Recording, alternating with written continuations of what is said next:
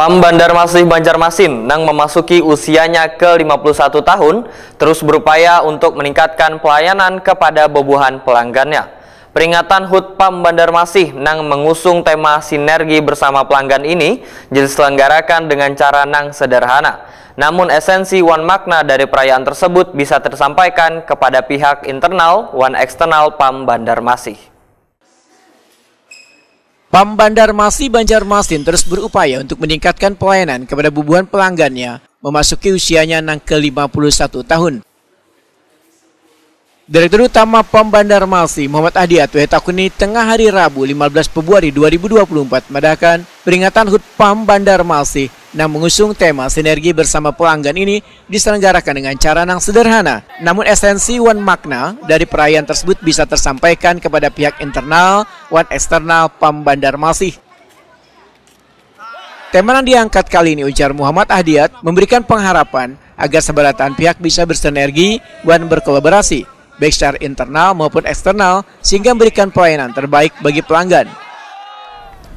Kemudian juga dari untuk eksternal, kita juga mengharapkan dengan adanya sinergi ini bisa turut berkontribusi atau berperan mendukung kegiatan-kegiatan yang dilakukan oleh kami dari PT PAM Banjarmasin ini dalam rangka bisa terus memberikan pelayanan kepada pelanggan kita.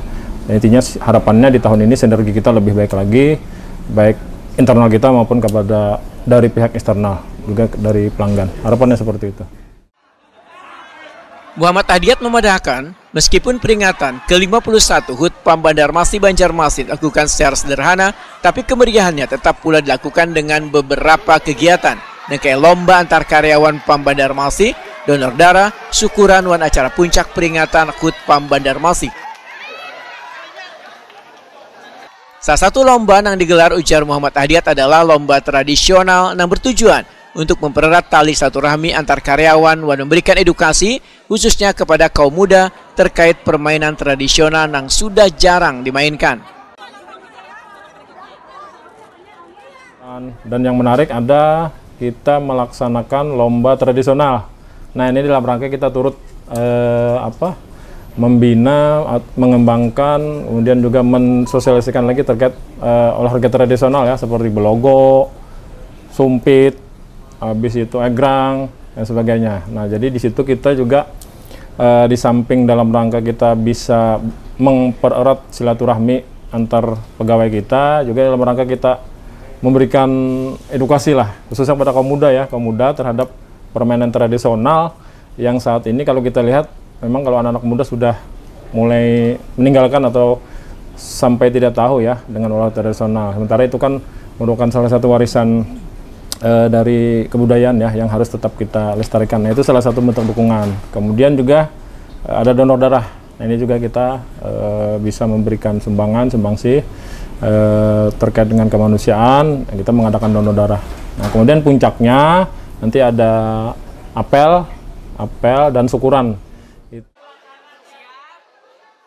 Muhammad Adiat berharap di usia yang ke-51 PAM Banjarmasin bisa terus berkembang lebih baik serta mendapatkan dukungan dari sebaratan pihak, baik dari pelanggan, pemerintah kota, pemerintah provinsi maupun dari nasional, agar bisa memberikan pelayanan terbaik kepada bubuhan pelanggan.